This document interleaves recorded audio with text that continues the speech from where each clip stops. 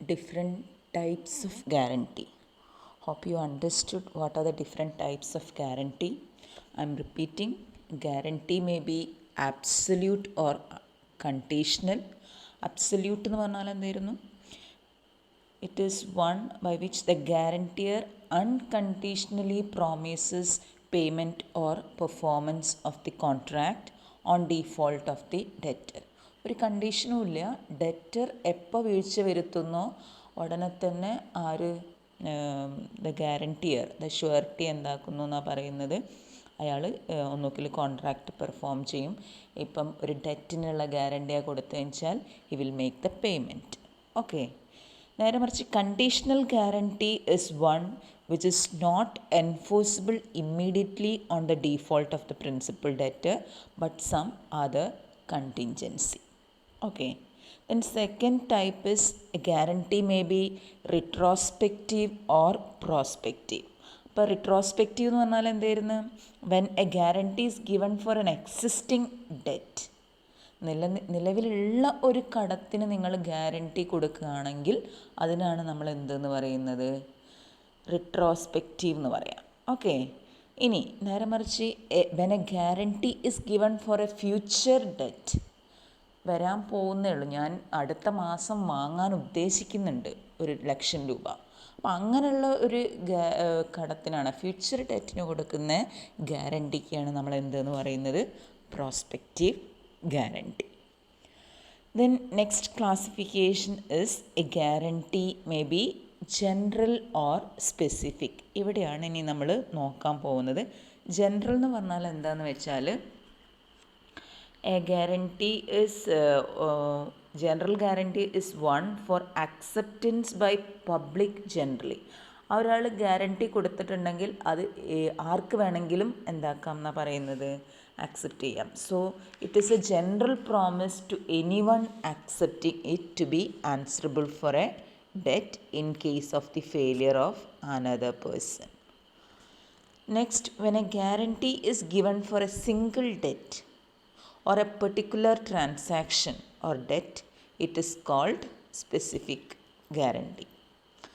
അപ്പം ഏത് ട്രാൻസാക്ഷനാണോ ഗ്യാരണ്ടി നിങ്ങൾ കൊടുക്കുന്നത്, ഏത് സ്പെസിഫിക് ട്രാൻസാക്ഷനാണോ അല്ലെങ്കിൽ ഏതൊരു പെർട്ടിക്കുലർ ഡെറ്റിനാണോ ഗ്യാരണ്ടി കൊടുക്കുന്നത്, ആ ഡെറ്റ് ക്ലിയർ ചെയ്യുന്നതോട് കൂടിയിട്ട് എന്താവുന്നു? That guarantee comes to an end. Then next classification, guarantee may be limited or unlimited. Limited guarantee is one which is restricted to a single transaction. അതിന് limit ഉണ്ട്. ഞാനിപ്പോൾ ഒരു guarantee ക്ലാസ്സിലുള്ള ഒരു കുട്ടി എന്തെങ്കിലും കടം വാങ്ങിയിട്ടുണ്ടെങ്കിൽ ആ കുട്ടിക്ക് മാത്രം കൊടുത്തിട്ടുണ്ട്. ആ കുട്ടിക്ക് മാത്രം കൊടുത്തു എന്നല്ല, അവൾ ഒരുപാട് കടങ്ങൾ വാങ്ങിയിട്ടുണ്ട്, പക്ഷേ ഒരു കടത്തിന് മാത്രം ഗ്യാരണ്ടി കൊടുക്കുക. മനസ്സിലായോ? അപ്പോൾ അവൾ 1 lakh ഒരു സ്ഥലത്ത് നിന്ന് വാങ്ങിയിട്ടുണ്ടാവും, വേറൊരു സ്ഥലത്ത് നിന്ന് 2 lakh വാങ്ങി, ഇങ്ങനെ ഗ്യാരണ്ടി ഉണ്ടാവാം. അതിൽ ഇപ്പം എന്താണെന്ന് വെച്ചാൽ ഒരൊറ്റ 1 lakhന് മാത്രം ഞാൻ ഗ്യാരണ്ടി കൊടുത്തു, അവൾ തന്നിട്ടില്ലെങ്കിൽ ഞാൻ തന്നോളാം എന്ന് പറഞ്ഞ് കൊടുത്തിട്ടുണ്ടെങ്കിൽ ആ ടൈപ്പ് ഓഫ് ഗ്യാരണ്ടിയാണ് എന്തെന്ന് പറയുന്നത്? Limited. It is limited to that transaction only. നേരെ മറിച്ച് അൺലിമിറ്റഡ് എന്ന് പറഞ്ഞാൽ എന്തായിരിക്കും? It is a guarantee one which is unlimited either as to time or amount. അതായത് അൺലിമിറ്റഡ് എന്ന് പറഞ്ഞാൽ അതിൽ യാതൊരു ലിമിറ്റും ഇല്ല. അതായത് എപ്പോൾ വേണമെങ്കിലും ആവാം, ഏത് എമൗണ്ടിന് വേണമെങ്കിലും ആവാം ആ ഗ്യാരണ്ടി. ആ ടൈപ്പ് ഓഫ് ഗ്യാരണ്ടിക്കാണ് നമ്മൾ എന്തെന്ന് പറയുന്നത്? Unlimited guarantee. ഇനി ഇത് കൂടാതെ നമ്മൾ ശരിക്കും ഒല്ലോല് ക്ലാസിഫൈ ചെയ്യുന്ന സമയത്ത് ഗ്യാരണ്ടി ഇങ്ങനെയാണ് പറയുക: 2 types ഓഫ് ഗ്യാരണ്ടി. അതായത് സ്പെസിഫിക് ഗ്യാരണ്ടി, രണ്ടാമത്തേത് ഏതാ? Continuing guarantee. അതിൽ സ്പെസിഫിക് ഗ്യാരണ്ടി ഞാൻ ഒരു പ്രാവശ്യം പറഞ്ഞു കഴിഞ്ഞു. സ്പെസിഫിക് ഗ്യാരണ്ടി എന്ന് പറഞ്ഞാൽ എന്താ? It is given for a single debt or obligation and comes to an end when the debt guaranteed has been paid or obligation guaranteed has been discharged. Okay. അപ്പോൾ ആ ഒരു പെർട്ടിക്കുലർ ട്രാൻസാക്ഷന് മാത്രമായിരിക്കും, അല്ലെങ്കിൽ particular ഡെറ്റിന് മാത്രമായിട്ട് കൊടുക്കുന്ന ഗ്യാരണ്ടി ആണെങ്കിൽ അതിനെയാണ് നമ്മൾ സ്പെസിഫിക് ഗ്യാരണ്ടി എന്ന് പറയാം. ആ ഒരു ഗ്യാരണ്ടി ആ ഒരു കടം കൊടുത്ത് തീർക്കുന്നതോട് കൂടിയിട്ട്, അല്ലെങ്കിൽ ഇപ്പോൾ എന്തെങ്കിലും ഒരു പ്രോമിസ് ടു പെർഫോം ആണെങ്കിൽ ആ പ്രോമിസ് ചെയ്ത് തീർക്കുന്നതോട് കൂടിയിട്ട് that specific guarantee comes to an end. ഇനി ഇവിടെ ഒരു എക്സാമ്പിൾ കൊടുത്തിട്ടുണ്ട്. A gives a loan to B for which C stands guarantee. C ആണ് surety. It is a case of specific guarantee. In this case there is a specific debt. A ബിക്ക് കൊടുത്തിരിക്കുന്ന ആ ഒരു particular loan ഉണ്ട്. And the guarantee shall comes to an end the moment the loan is repaid. Okay, അപ്പോൾ specific guarantee എന്താണെന്ന് clear ആണോ? അപ്പം നമുക്കിനി അടുത്തത് കണ്ടിന്യൂയിങ് ഗ്യാരണ്ടി എന്താണെന്ന് നോക്കാം. ഈ സ്പെസിഫിക് ഗ്യാരണ്ടീൻ്റെ കാര്യത്തിൽ ഇത് ഇറ്റ് കനോട്ട് ബി റിവോക്ഡ് എന്നാണ് പറയുന്നത്. Once the guarantee is given it cannot be withdrawn or revoked. Even after the death of the surety it continues to operate. അതായത് ആര് ചെയ്ത് കൊടുക്കണം, ഇപ്പോൾ ഷുവറിറ്റി മരിച്ചു പോയിട്ടുണ്ടെങ്കിലും അവരുടെ ലീഗൽ ഹയേഴ്സ് എന്താക്കണം, they are liable for the same. Okay, അപ്പോൾ ഇപ്പം ഷുവറിറ്റി ഈ നേരത്തെ എക്സാമ്പിളിൽ സി മരിച്ചു പോയാലും സീൻ്റെ ലീഗൽ റെപ്രസെൻറ്റേറ്റീവ്സ് എന്താവുന്ന പറയുന്നത് ആ ഗ്യാരണ്ടി പെർഫോം ചെയ്യണം. അതായത് ഇപ്പം മറ്റേ ഡെറ്റർ കൊടുത്തിട്ടില്ലെങ്കിൽ ലീഗൽ ഹയേഴ്സ് കൊടുത്ത് തീർത്തോളണം. ഓക്കെ, അപ്പോൾ ഈ അടുത്ത് നോക്കാൻ പോണത് കണ്ടിന്യൂയിങ് ഗ്യാരണ്ടിയാണ്. കണ്ടിന്യൂയിങ് ഗ്യാരണ്ടി എന്ന് പറഞ്ഞാൽ എന്താണെന്ന് വെച്ചാൽ where a contract of guarantee extends to a series of transactions. ശ്രദ്ധിക്കണം, എങ്ങനെയാണ്? guarantee extends to a series of transactions, it is said to be continuing guarantee. അതായത് ഇത് ഒരൊറ്റ പെർട്ടിക്കുലർ ഒരു സിംഗിൾ ട്രാൻസാക്ഷൻ മാത്രമല്ല. ഞാനിപ്പം എന്ന് പറഞ്ഞ ഒരാൾ എന്തെങ്കിലും കടം വാങ്ങുന്നുണ്ടെങ്കിൽ അയാളുടെ ഡെറ്റിനൊരു ഗ്യാരണ്ടി കൊടുക്കുക. അയാൾ എത്ര ഡെറ്റ് വാങ്ങിയാലും അതിനൊക്കെ ഗ്യാരണ്ടി ഞാൻ കൊടുത്തിട്ടുണ്ടെങ്കിൽ അങ്ങനെ ഉള്ളതിനെയാണ് നമ്മൾ എന്തെന്ന് പറയുന്നത്? Continuing guarantee. അത് എത്ര കാലമായാലും വേണ്ടില്ല, എത്ര എമൗണ്ട് ആയാലും വേണ്ടില്ല, I am responsible for his debt. Okay, അപ്പോൾ കണ്ടിന്യൂയിങ് ഗ്യാരണ്ടി എന്ന് പറഞ്ഞാൽ എന്താ? It is one where the guarantee is given. Guarantee given is not for a single or specific debt or obligation but for a series of debts. Okay, ഇനി നമ്മൾ നോക്കാൻ പോകുന്നത് എന്തൊക്കെയാണ്, എപ്പോഴാണ് ഈ കണ്ടിന്യൂയിങ് ഗ്യാരണ്ടി റിവോക്ക് ചെയ്യുക എന്നുള്ളതാണ്. Revocation of continuing guarantee. അപ്പോൾ continuing guarantee may be revoke in the following 5 ways എന്നാണ് പറയുന്നത്. ഏതൊക്കെയാണെന്ന് നോക്കാം. First, by notice of revocation by surety. എന്താ ചെയ്യുന്നത് ഇവിടെ? Section 130 provides that when a guarantee is continuing it is open to surety to terminate the same after due notice to the creditor in respect of any future transaction. അപ്പം നമ്മൾ പറഞ്ഞ് continuing guarantee എന്ന് പറഞ്ഞാൽ ഇതിങ്ങനെ തുടർന്നുകൊണ്ടേയിരിക്കും. ഒരാൾക്ക് guarantee കൊടുത്തിട്ടുണ്ടെങ്കിൽ അയാൾ എന്ത് ഡെറ്റ് വാങ്ങിക്കോട്ടെ അതിനൊക്കെ ആര് റെസ്പോൺസിബിൾ ആയിരിക്കും? ഷുവറിറ്റി ഇസ് ലയബിൾ എന്നാണ് പഠിച്ചിട്ടുള്ളത്. അപ്പോൾ എങ്ങനെ ഈ ഒരു കണ്ടിന്യൂയിങ് ഗ്യാരണ്ടി വിഡ്രോ ചെയ്യാം, ടേക്ക് ബാക്ക് ചെയ്യാം എന്നുള്ളതാണ് നോക്കുന്നത്. അതിൽ ഫസ്റ്റ് വരുന്നതാണ് എന്ത്? Revocation by notice to the creditor by surety. ഇനി ഞാൻ ഇയാളുടെ ഡെറ്റിനൊന്നും ഞാൻ ഉറപ്പ് തരുന്നില്ല, ഗ്യാരണ്ടി തരുന്നില്ല എന്ന് പറഞ്ഞെങ്ങാണ്ട് ഒരു ലെറ്റർ കൊടുത്താൽ മതി, ഒരു നോട്ടീസ് കൊടുത്തിട്ടുണ്ടെങ്കിൽ ആ നോട്ടീസ് ക്രെഡിറ്റർക്ക് കിട്ടുന്നതോട് കൂടിയിട്ട് എന്താവും എന്നാണ് പറയുന്നത്? ഫ്യൂച്ചർ ട്രാൻസാക്ഷനൊന്നും അയാൾ റെസ്പോൺസിബിൾ ആവില്ല. Surety is not responsible for future transactions. മനസ്സിലായല്ലോ?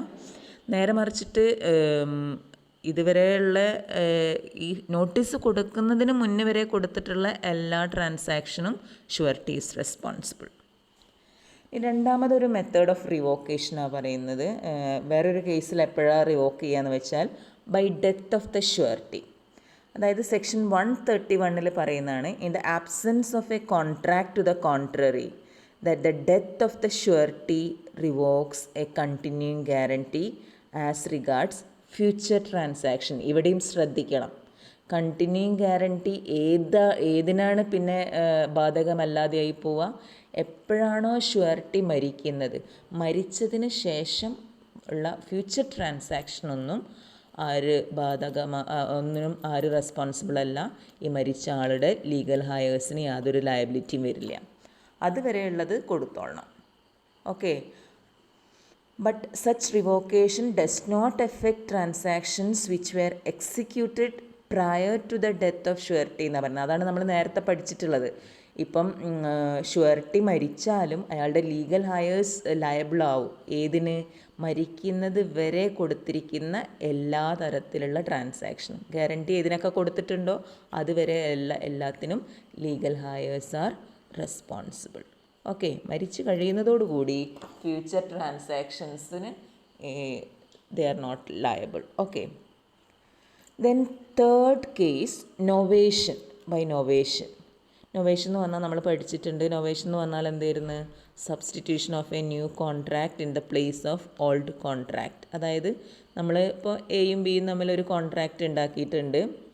ആ കോൺട്രാക്റ്റ് മാറ്റിയിട്ട് അതിന് പകരമായിട്ട് എന്താക്കുന്നു? നമ്മൾ ഇതിലൊക്കെ പഠിച്ചിട്ടുണ്ടല്ലോ നൊവേഷൻ എക്സാമ്പിൾസൊക്കെ. A and B agrees to എന്താ പറയുക ട്രാൻസ്ഫർ, അതായത് 10 sacks ഓഫ് റൈസ് ആണെങ്കിൽ കുറച്ച് കഴിഞ്ഞിട്ട് അവർ പറയാണ് അരിക്ക് പകരം വീറ്റ് മതി എന്നുള്ളൊരു കോൺട്രാക്റ്റ് ഉണ്ടാക്കിയിട്ടുണ്ടെങ്കിൽ ദാറ്റ് ഓൾഡ് കോൺട്രാക്റ്റ്, ആ റൈസ് സപ്ലൈ ചെയ്യാന്നുള്ള ആ ഒരു കോൺട്രാക്റ്റ് അവിടെ അവസാനിച്ചിട്ട് ഏത് കോൺട്രാക്റ്റ് അവിടെ വരുന്നത്?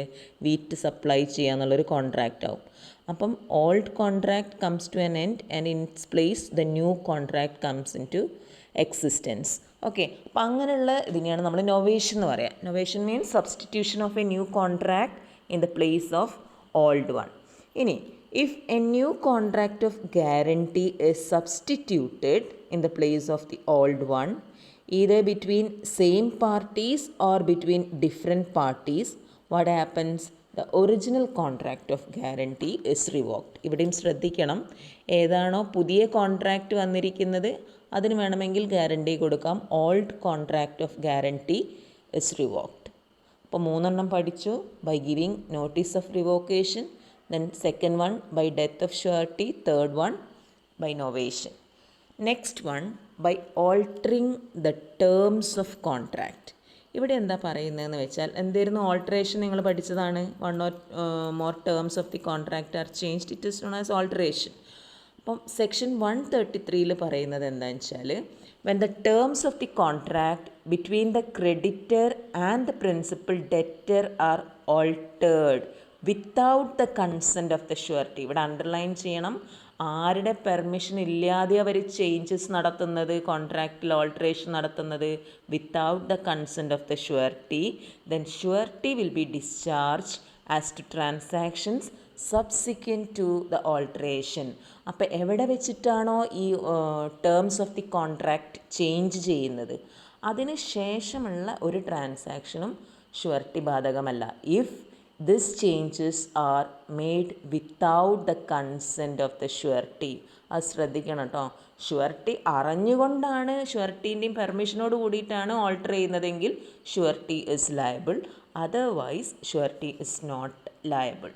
ഓക്കെ, അപ്പോൾ accordingly a continuing guarantee may be revoked if any alteration take place in terms of contract without the consent of the surety. Okay, the next one by release of principal debtor. Continuing guarantee ചെയ്യുന്ന വേറൊരു കേസാണ്, continuing guarantee revoke ചെയ്യുന്ന വേറൊരു കേസാണ്. ഏതാണ്? By release of principal debtor. അതായത് ഇങ്ങനെ ഒരു കോൺട്രാക്റ്റ് വരിക. If there is any contract between the creditor and debtor by which the principal debtor is released, the continuing guarantee of the surety is also revoked എന്നാണ് പറയുന്നത്. അതായത് ഇപ്പോൾ ഒരു ബാങ്കിൽ നിന്ന് കടമെടുത്തിട്ടുണ്ട്. A borrows 1 lakh from a bank. അതിന് കൊടുത്തിരിക്കുന്ന സാലറി സർട്ടിഫിക്കറ്റ് അല്ലെങ്കിൽ ഗ്യാരണ്ടി കൊടുത്തിരിക്കുന്നത് ഞാനാണെങ്കിൽ, എൻ്റെ ഈ ഒരു കണ്ടിന്യൂയിങ് 1 lakhനല്ല, കുറേ ഒരുപാട് ഇതുണ്ട് വിചാരിക്കുക, കുറേ കടങ്ങൾ, അതാണല്ലോ കണ്ടിന്യൂയിങ് ഗ്യാരണ്ടി എന്ന് പറയുന്നത്. അപ്പോൾ എപ്പോഴാണോ ബാങ്ക് ഇയാളുടെ എല്ലാ കാര്യങ്ങളും റൈറ്റ് എഴുതി തള്ളുന്നത്, ഡെറ്റ്സൊക്കെ എപ്പോഴാണോ, ഇനി നിങ്ങളൊന്നും അടയ്ക്കേണ്ട, ബാങ്കൊന്നും ഒരിക്കലും അങ്ങനെ ചെയ്യില്ല, ഞാനൊരു എക്സാമ്പിൾ പറഞ്ഞതെന്ന് മാത്രമേ ഉള്ളൂ. അപ്പോൾ ഇനി നിങ്ങളൊന്നും അടയ്ക്കേണ്ട, നിങ്ങൾ റിലീസ് ചെയ്തിരിക്കുന്നു എന്ന് പറഞ്ഞെങ്ങാണ്ടുള്ളൊരു ഇത് കിട്ടിക്കഴിഞ്ഞാൽ പിന്നെ ഞാനും റിലീസായി, എനിക്ക് എൻ്റെ ലയബിലിറ്റി എനിക്കും ഇല്ല, ഷുവർട്ടിക്കും ഇല്ല. ക്ലിയർ ആവുന്നുണ്ടോ? അപ്പം എപ്പോഴാണോ ക്രെഡിറ്റർ പ്രിൻസിപ്പൽ ഡെറ്ററിന് റിലീസ് ചെയ്യുന്നത്, അതോട് കൂടിയിട്ട് ആ continuing guarantee of the surety is also revoked and the surety is discharge by any act or omission of the creditor.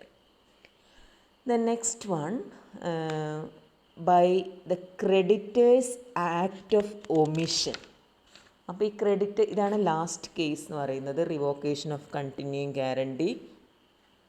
Any act or omission of creditor which results in to eventual remedy of surety against the debtor amounts to revocation of contract of guarantee എന്നാണ് പറയുന്നത്. അതായത് ഇവിടെ ഉദ്ദേശിക്കുന്നത് എന്താണെന്ന് വെച്ചാൽ by creditor's act of omission, creditor തന്നെ നേരിട്ടിട്ട് എന്താക്കുക ചെയ്യുന്നത്, ഒമിറ്റ് ചെയ്യുക ചെയ്യുന്നത്. ഇനി നിങ്ങളത് തരണ്ടെന്ന് പറഞ്ഞിട്ട്. നേരത്തേത്തതും ഇതും തമ്മിലുള്ള വ്യത്യാസം എന്താണെന്ന് അറിയാം.